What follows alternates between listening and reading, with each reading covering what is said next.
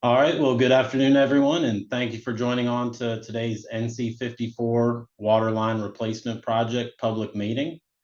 My name is Ted Elsoff with Kimley Horn. Next slide, please. We'll lead off by introducing some representatives of our project team. I'm joined by Jeremy Farlow from the City of Durham. Jeremy will be the project manager on this project. In addition, Moffitt Pipe is our contractor. And from Moffitt, we have Zeke Urias, who is the project manager, as well as Brad Keeley, who is a senior project manager with Moffitt. Holland's Construction Services will be providing on-site observation over the course of construction. And from Holland's, we have Dylan Ramey, who will be our resident project representative. And lastly, myself, as I mentioned, my name is Ted Elshoff. I will be the construction administrator with Kimley Horn. Next slide, please. So for today's presentation, we're going to give a brief overview and summary of the work that's included in this project. I will also outline the need for this work. We'll go over the construction schedule and how this project will be phased. We'll outline some of the anticipated construction impacts that you as the public may observe over the course of the project. And then lastly, we'll give some information on how you can stay informed as the project progresses. Next slide, please. So beginning with our project summary and overview, we have a couple maps of the project area on this screen. The project is going to be located in the NC 54 right-of-way on either side of NC 54. And the work will be located just west of the interchange between I-40 and NC 54. The map on the right-hand side of this screen shows a little bit more detail on the project area. The line in blue is our proposed 16-inch water main, and we will begin work on Stansel Drive near approximately Downing Creek Parkway, and then continue along the north side of NC 54 up until almost Farrington Road. Next slide, please. So this project includes the replacement of approximately 6,000 feet of existing 8 and 12-inch water mains. These water mains will be replaced with a new 16-inch water main. In addition, any existing meters and hydrants along the project corridor that are connected to those existing water mains will be upgraded to meet current city standards. Throughout the project area, we'll also provide surface restoration. So in some of the vegetated portions of the project, they'll stabilize and reseed those areas. And then along the impacted service roads, we'll provide pavement repairs throughout our construction corridor. Next slide, please. Project timeline. We anticipate beginning work on this project around the first week of September, and the project is expected to take approximately 10 months to complete. So that would result in a completion date of summer 2026. Next slide, please. So why is this project needed for the city of Durham? This project is replacing aging and undersized water infrastructure throughout the corridor. These replacements are going to improve the reliability of the city's system in this area, as well as increase the city's water system capacity in this region. Next slide, please. On this screen, we outline some of the anticipated phasing associated with construction. We can generally break the project up into 5 separate phases, with phase 1 and work beginning near Stansel Drive and in that vicinity. The work in the vicinity of Stansel Drive is expected to begin in September of 2025 and continue into November of 2025. Phase 2 of the project, which is shown in red, will also begin in approximately September of this year. You'll see crews out there prepping the site to install the water main in that wooded portion along the north side of the NC 54 right-of-way. Work in this phase 2 location, again, is expected to begin in September of 2025 and will continue through the end of the year in December of 2025. Phase 3 of the project begins installation along the NC 54 service road which is also called Nelson Highway in this location. This work is expected to begin in the new year in January of 2026 and will continue into February of 2026. Beginning at a similar time frame in January of next year, crews will begin prepping for trenchless installation across NC 54 in the vicinity of Falcon Bridge Road. This work will continue between January 2026 and March of 2026. And then lastly, we will complete construction with the last portion of the water main along the service road, and that's expected to continue between February of 2026 through May. All of these dates, please note that they are approximate, and they may shift based on rain, weather, or other factors that affect the construction schedule.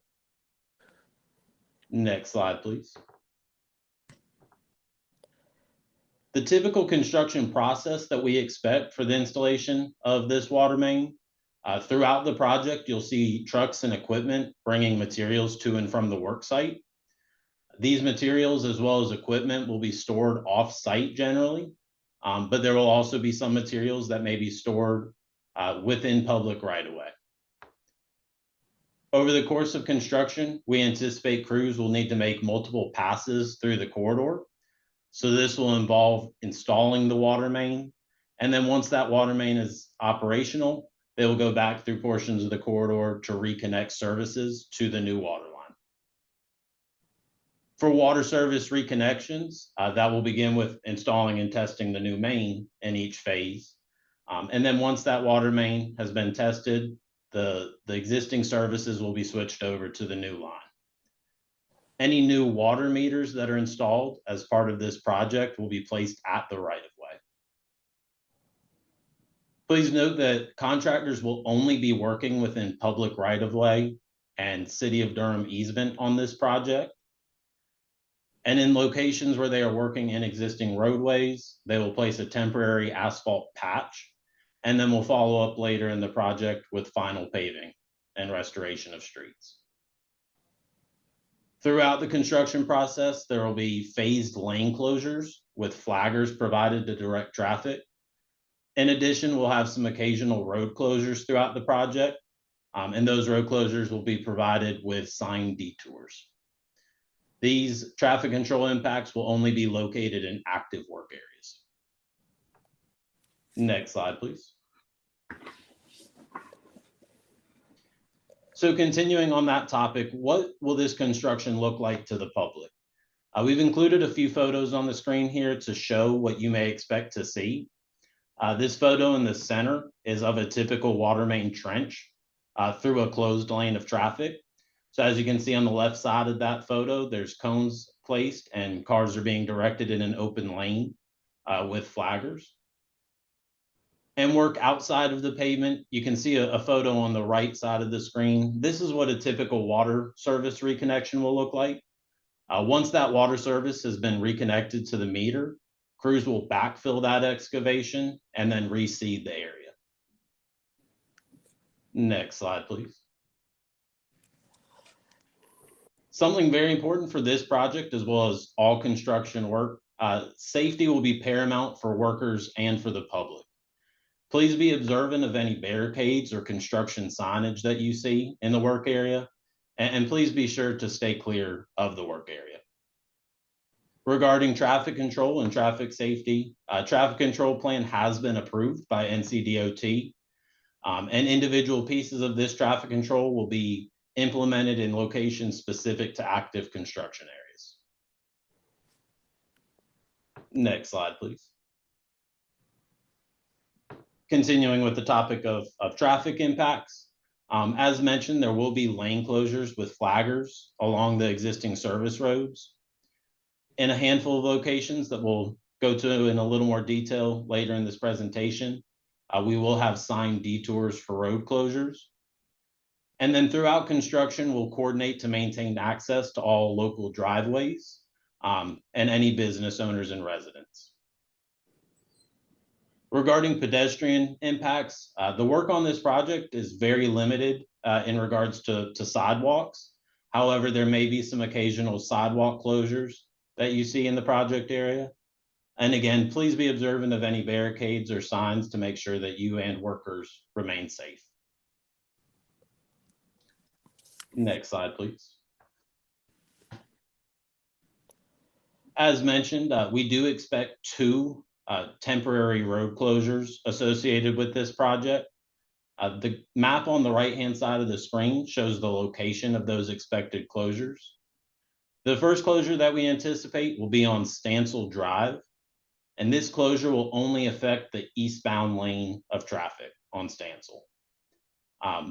This road closure is located just west of Downing Creek Parkway, and we expect it to be in place between late October and early November of 2025.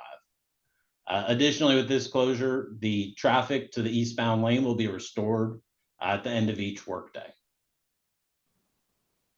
The second closure that we expect to see will be on the NC 54 service road, again, sometimes also called Nelson Highway. This closure will occur just west of Celeste Circle. And during this closure, we will provide signed detours for both eastbound and westbound traffic. The anticipated closure dates associated with this work will be between January and February of 2026. We also want to repeat that in addition to these two closures, you'll anticipate seeing lane closures and flaggers to help direct traffic throughout the project. Next slide, please. So these next two slides give a little bit more detailed view of those two closures we were just looking at. The first one, again, occurring likely in late October, is on Stansel Drive and will only affect the eastbound lane. Next slide, please. And again, the second closure we expect is on the NC 54 service road, just west of Celeste Circle. The map on this screen shows the anticipated detour routes that will be provided during construction, and that includes Celeste Circle and Crosland Drive. With both of these closures, again, we will be maintaining access to all properties along the construction corridor throughout the project. Next slide, please. For impacts to property owners along the route, residents, businesses, it is our goal to maintain access at all times to your properties. We will have traffic control, including lane closures, as well as those two detours and road closures we looked at. But these traffic control measures will be set up to maintain access to facilities at all times. As with all construction, noise impacts are to be expected, but we will minimize these impacts as much as possible during construction. And the typical work hours when these noise impacts are most likely to occur is between 7 a.m. and 7 p.m. There may be intermittent points throughout the project where night work is also required. And the last impact to business and residences to highlight here will be water service. There will be some intermittent water service outages when crews go to reconnect existing services to the new main. Any outage planned for the project, you'll be notified of at least 7 days in advance. Next slide, please. All right, so with all of that said, what can you as the public expect to see in the coming months? So notifications are going to be published on the project website, as well as by email as we get ready to begin work. You may also see paint on the ground to designate the location of existing underground utilities. Crews will begin putting out traffic control signage as they prepare to begin work. As mentioned, similar with the water service outages, Moffett will also be sending out 7-day notifications prior to beginning work in any specific area. And we begin to commence construction in the first week or so of September of 2025.